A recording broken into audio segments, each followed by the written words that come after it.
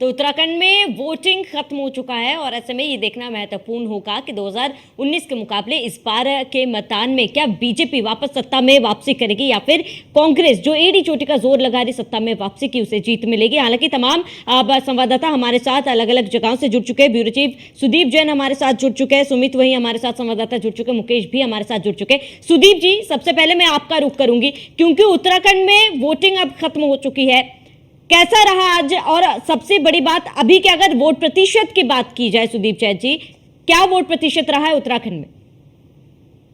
जी देखिए, 3 बजे तक का जो आंकड़ा निर्वाचन आयोग ने जारी किया है वो 45% से अधिक है और 5 बजे चूक जब मतदान जो है संपन्न हुआ है, इसका फाइनल फिगर आने में कम से कम 1 घंटा 30 मिनट के करीब का वक्त लगेगा, क्योंकि सारी पोलिंग पार्टीज अपने अपने बूथ का एआरओ और कुछ स्थानों पर डिप्टी एआरओ को अपनी रिपोर्ट देंगी। कुछ स्थान ऐसे भी हैं जहां लोग अभी कतार में हैं, तो जो व्यक्ति 5 बजे से पहले पोलिंग बूथ में प्रवेश कर चुका है उसको मतदान का अधिकार मिलेगा, वो वोट कर सकता है। और जब तक वो वोटिंग की लाइन क्यों खत्म नहीं होगी तब तक वोटिंग होगी, अगर कोई 5 बजे से पहले प्रवेश कर चुका है। जैसा कि निर्वाचन आयोग भी पहले से कह रहा था कि जो मतदान प्रतिशत है वो बढ़ेगा, इसके लिए तमाम तैयारियां की गई हैं। स्वीप के माध्यम से लोगों को जागरूक किया गया है, अपील की गई है और ये कोशिश की गई है कि हर व्यक्ति बढ़ चढ़कर मतदान करे, उसका एक रुझान दिखता है। दूसरा, वोटिंग प्रतिशत बढ़ने को राज्य सरकार या यूं कहें भारतीय जनता पार्टी अपने पक्ष में मानती है, तो विपक्ष को ऐसा लगता है कि ये एंटी इनकम्बेंसी है, यानी ये वोट यदि बढ़ के पड़ रहा है तो सरकार के खिलाफ है। हालांकि मतदाताओं के मन में क्या है, आज हमने 2-3 महत्वपूर्ण बातें देखी। यूं तो मतदान का समय सुबह 7 बजे से था, परंतु कई लोग ऐसे भी थे जो सुबह 6, सवा 6 बजे ही पोलिंग बूथ पहुंच गए थे, क्योंकि मैदान के इलाकों में काफी गर्मी है, दिन में लू का वक्त है, लोग चाहते हैं पहले ही मतदान से वो मतदान करके फ्री हो जाएं और अपना रूटीन का कामकाज करें। दूसरा, लोग बिल्कुल कंसोलिडेट होकर आए थे वोट के लिए। बहुत, हालांकि मतदान प्रतिशत फिर भी उतना बेहतर नहीं जाएगा जितना दावा किया जा रहा था, जिम्मेदारी समझी है। तीसरा, फाइनल फिगर आने से पहले भी थोड़ी देर में निर्वाचन आयोग अपनी प्रेस कॉन्फ्रेंस कर रहा है स्टेट का, वो और महत्वपूर्ण जानकारियां देगा। बिल्कुल, अब वापस लौटेंगे और सुमित सैनी संवाददाता हरिद्वार से हमारे साथ में जुड़ चुके हैं। सुमित, अगर बात करें क्योंकि हरिद्वार में 50% के आसपास की वोटिंग हुई है, वो भी 3 बजे तक, ऐसे में क्या लगता है अगर पिछले मुकाबले 2019 के मुकाबले इस बार देखा जाए तो वोट प्रतिशत कितना बढ़ता हुआ नजर आ रहा है? बिल्कुल, जो अभी हरिद्वार लोकसभा सीट की बात करें तो लोकसभा से उसमें लगभग 50% पोलिंग हुआ है और जिसको लेकर कहीं ना कहीं जो इस बार जो वोट प्रतिशत है लगभग बढ़ा है। ग्रामीण क्षेत्रों में वोट प्रतिशत बढ़ा है, सबसे ज्यादा पोलिंग हुई है। जो शहरी क्षेत्र, शहरी विधानसभा है, क्षेत्र के विधानसभा है, वहां पर जो है वहां पर पोलिंग कम हुआ है, उसकी धीमी रफ्तार देखने को मिली है। हरिद्वार लोकसभा सीट की बात करें तो यहाँ पर पूर्व 3 मुख्यमंत्रियों की प्रतिष्ठा दांव पर लगी हुई है, उसमें पूर्व मुख्यमंत्री प्रतिष्ठा दांव पर लगी हुई है। यहीं पर तो बीजेपी और कांग्रेस दोनों ही तरफ से पूर्व मुख्यमंत्री थे। उनके एक तरफ कांग्रेस की तरफ से पूर्व मुख्यमंत्री के पुत्र थे वीरेंद्र रावत, और मौजूदा और बीजेपी ने पूर्व मुख्यमंत्री त्रिवेंद्र सिंह रावत को यहाँ पर प्रत्याशी बनाया था। उन्होंने उनके पक्ष में मतदान हुआ। अब देखने वाली बात यह होगी, क्योंकि उनके भाग्य का फैसला जो है ईवीएम में कैद हो चुका है। अब 4 जून जब काउंटिंग होगी उसके बाद पता चल पाएगा, क्योंकि जो मतदाताओं ने अपना काम कर दिया है। पूरी तरह से जोर शोर से प्रचार प्रसार भी किया गया था। पूरा यहाँ पर पहले चरण का चुनाव अब खत्म हो चुका है। जी बिल्कुल, और सुमित, हरिद्वार सीट ऐसी थी जिसको लेकर कांग्रेस में काफी नाराजगी भी देखने को मिली थी, ऐसे में कि परिवारवाद, ऐसे तमाम जो मुद्दे थे वो उठाए गए थे और कुछ ऐसे कांग्रेस भी के नेता भी रहे जिन्होंने पार्टी भी छोड़ी। तो हरिद्वार सीट जो थी बड़ी ही वीआईपी सीट हो चुकी थी।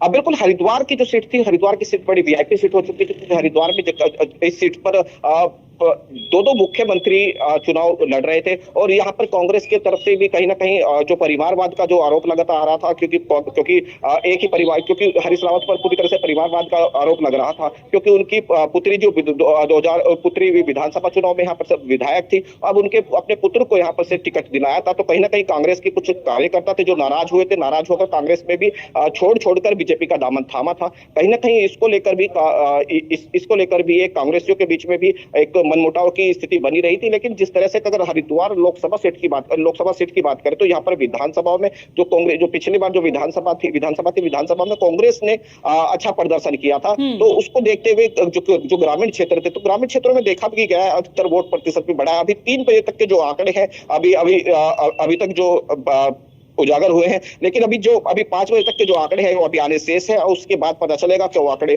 क्या क्या क्या प्रतिशत रहा है। अभी इसी को लेकर अभी जो है मतदान बिल्कुल बंद हो चुका है, समाप्त हो चुका है, क्योंकि अब जो आने वाले जो उनको रोक दिया है, लेकिन जो अभी अंदर थे उन लोगों की पोलिंग अभी जारी है।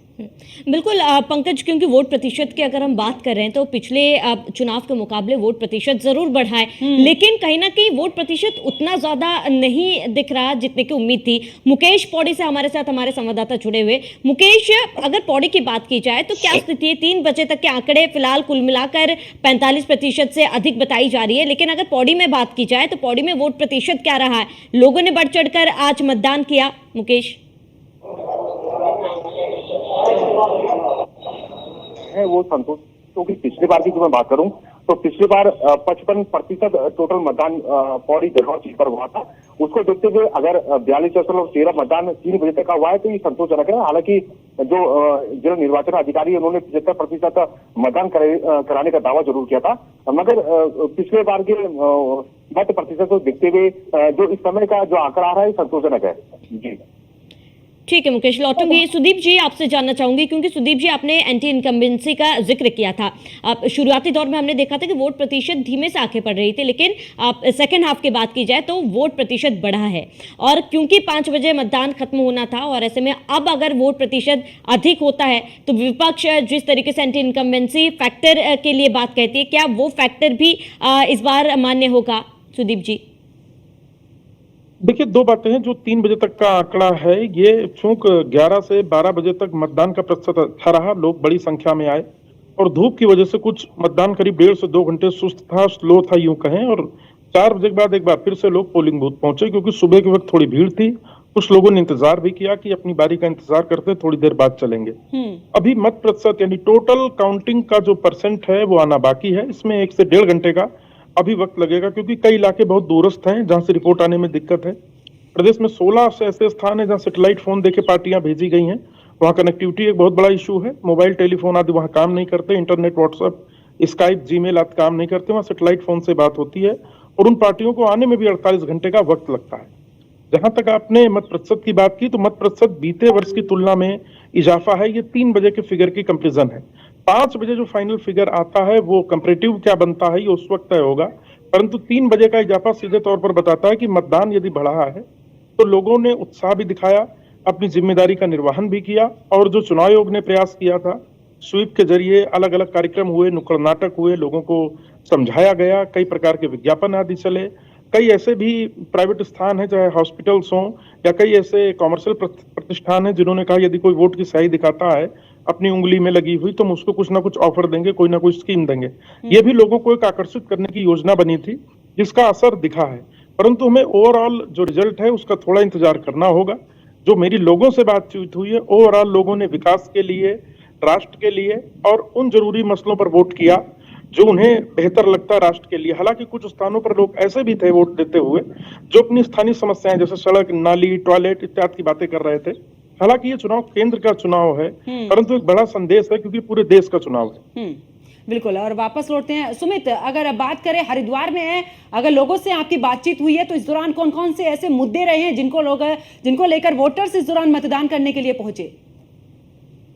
विकास के मुद्दे को लेकर, और जो राम मंदिर का मुद्दा था, जो राम मंदिर का निर्माण हुआ है, तो उसको लेकर कहीं ना कहीं बीजेपी के पक्ष में वोट जाते हुए दिखाई दिए। और वहीं कहीं ना कहीं विकास के मुद्दे को लेकर भी और बेरोजगारी का मुद्दा भी गरमाया रहा, क्योंकि हरिद्वार सीट पे त्रिकोणीय मुकाबला रहा। क्योंकि हरिद्वार में यहाँ पर कांग्रेस और भाजपा तो थी ही, लेकिन साथ में जो खानपुर से निर्दलीय विधायक उमेश कुमार थे, उनका भी काफी दमखम रहा। उन्होंने भी बड़ा अच्छा तरह से प्रसार किया, तो उनके साथ भी लोग दिखाई दिए। तो कहीं ना कहीं जो मुद्दे थे, मुद्दों पर लड़ाई हुई है। लेकिन जो सबसे ज्यादा अगर बात करें तो जो राम मंदिर का जो निर्माण हुआ उसको लेकर वो भी उसकी पूरी चर्चा रही, क्योंकि हरिद्वार संतों की नगरी है। तो कहीं ना कहीं संतों ने भी पूरी तरह बीजेपी की तरफ अपनी आस्था दिखाई है। और कहीं जो ग्रामीण क्षेत्रों की बात करें तो ग्रामीण क्षेत्रों में मिला जुला असर देखने को मिल रहा है। जी बिल्कुल सुमित, अगर हरिद्वार की बात करें, क्योंकि इस सीट को लेकर लगातार चाहे बीजेपी के दिग्गजों की बात कर ले, तमाम रैलियां इस दौरान की गई हैं, विपक्ष की तरफ से तमाम बातें इस दौरान की गई हैं कि चाहे